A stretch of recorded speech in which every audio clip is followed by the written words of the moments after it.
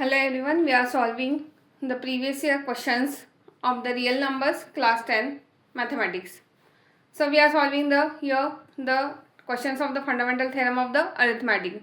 The first question is that LCM of the 2 cube into 3 square and 2 cube into 3 cube is, options are given, 2 cube, 3 cube, 2 cube and 3 cube and 2 square into 3 square. This question has been asked in the term 1 examination 2012.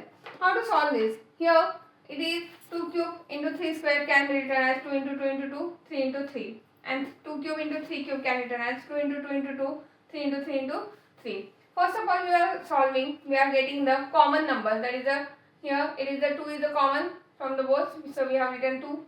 Then again 2. Again 2. 3 is the common. 3 is the common. And which is a non-common thing that we are writing here for the LCM. Yes? Got it? Yes? So it will be written as 2 into 2 into 2, 3 into 3 into 3. That is 2 cube into 3 cube. So as LCM is the product of the terms containing the highest power. And so here among 2 cube, here is the 2 cube and the 3 square and the 3 cube. What is the common? That is the 2 cube into 3 cube. Yes?